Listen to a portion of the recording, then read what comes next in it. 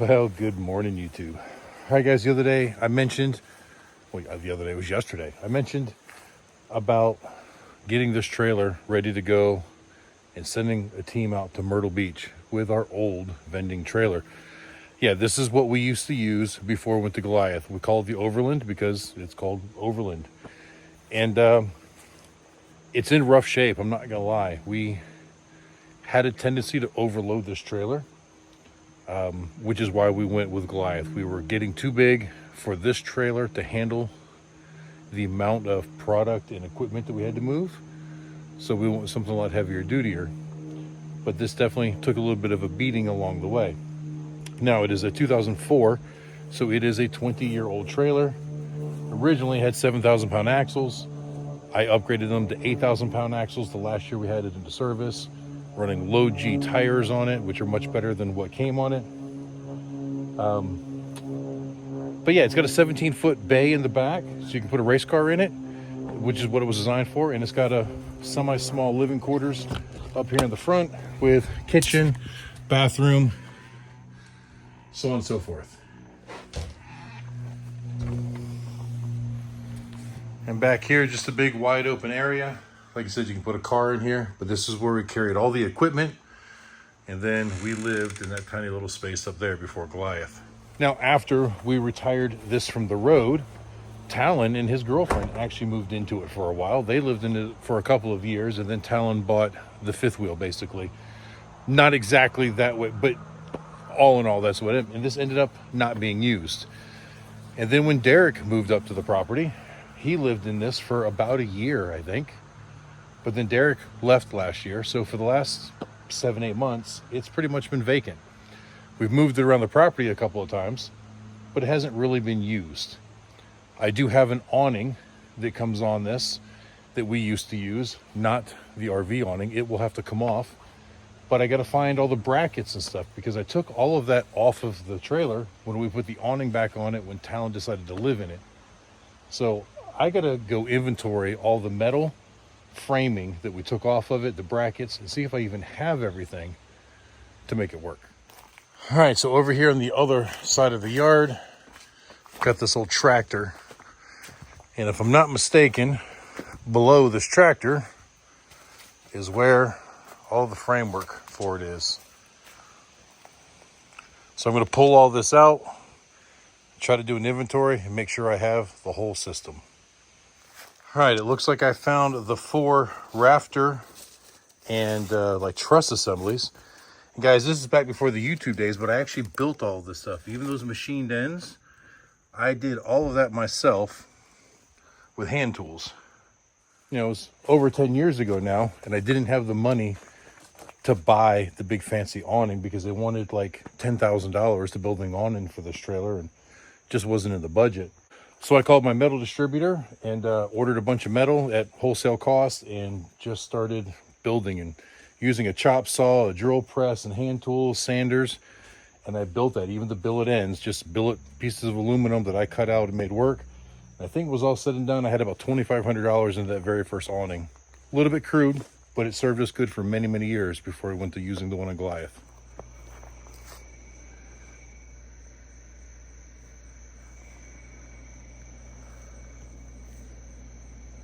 All right, guys, at this point, I think we've got almost all of our metal laid out. These pieces of angle aluminum, they are the top drip rail that stops any water from coming down on the business side of the trailer.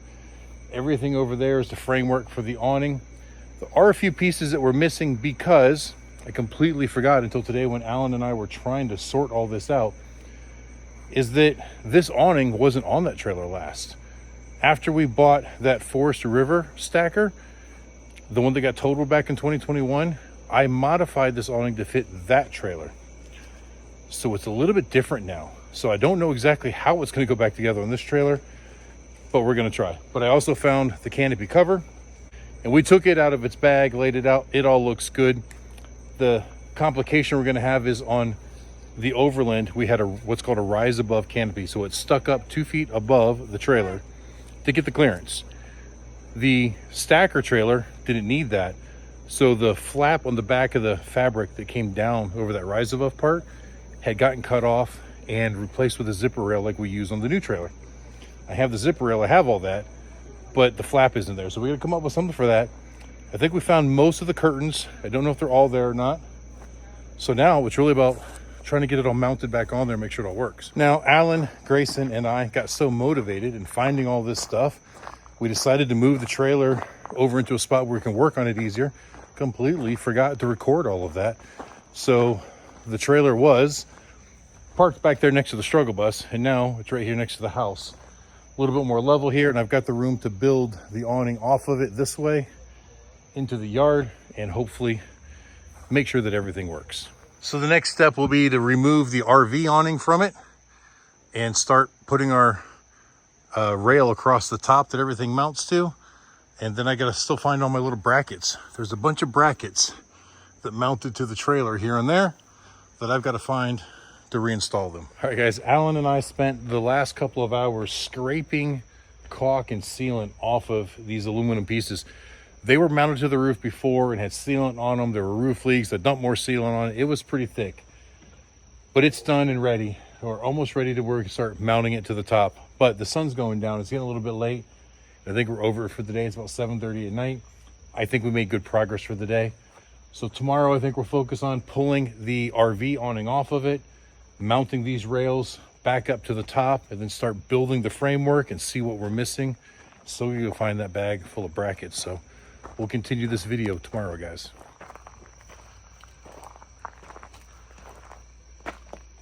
And I guess we got to clean up all the sealant that we scraped off of that metal.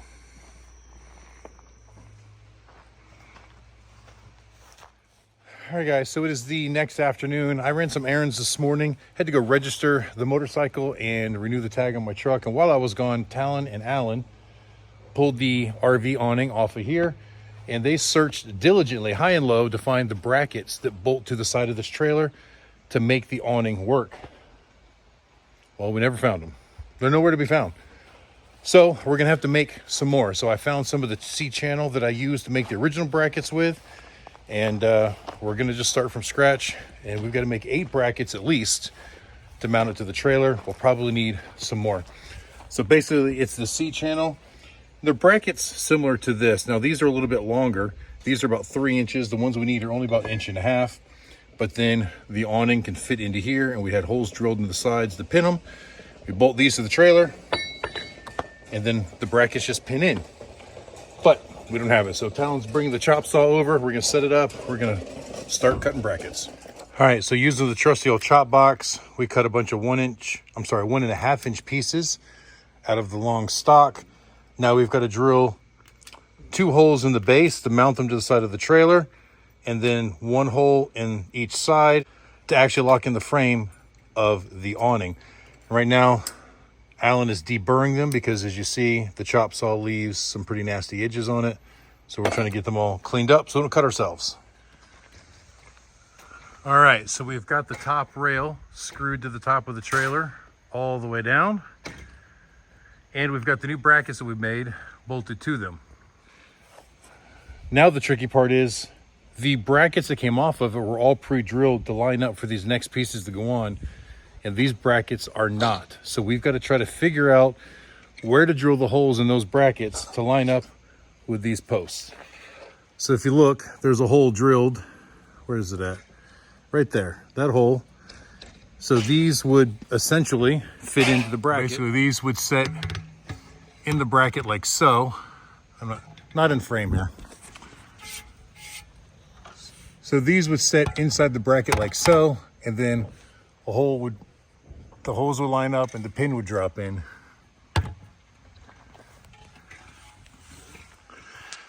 All right, we have the rear 3 masts up, working on the last one right now, making our marks, drilling our holes. Alan's up top, Talon's on the bottom.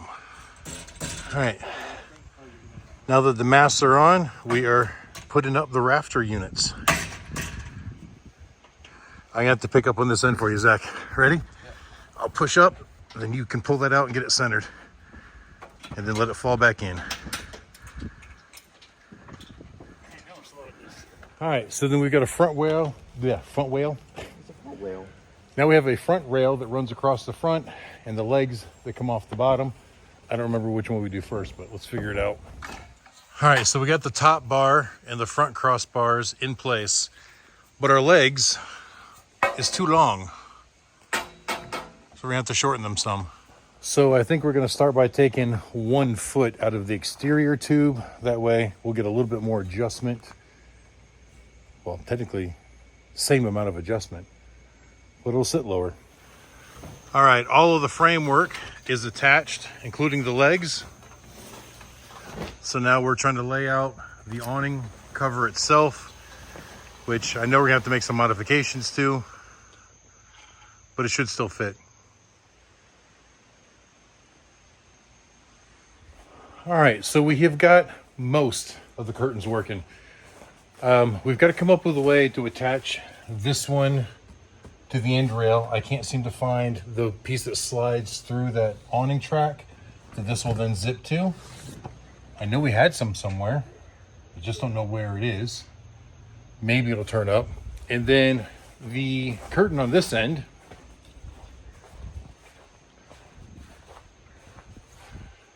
is a little bit short, and that's because I had that specially made, I don't know, 2 years ago, I guess. I had John, one of the patch guys at the rally, take that curtain, cut it down, fold it in half, and I screwed it up to the bottom of the lift that's in the trailer now, and that's where we're sliding the flags. Well, it turns out that didn't work out so well, so I ended up pulling it back down, and well, now it's been sewn into a sleeve rather than a curtain. But I think we can just cut the stitch and sew it back together, and hopefully it will all still work. All right, guys, so curtain taken to the seamstress tomorrow to get sewn. I think I found the zipper rail that goes up there. I think we're gonna have a panel made to put on that as well to cover that. Other than that, some zipper panels for the ends to go into the rail. That should close everything in. But I think we're done for tonight. We've got a few other repairs we're gonna do on it as well.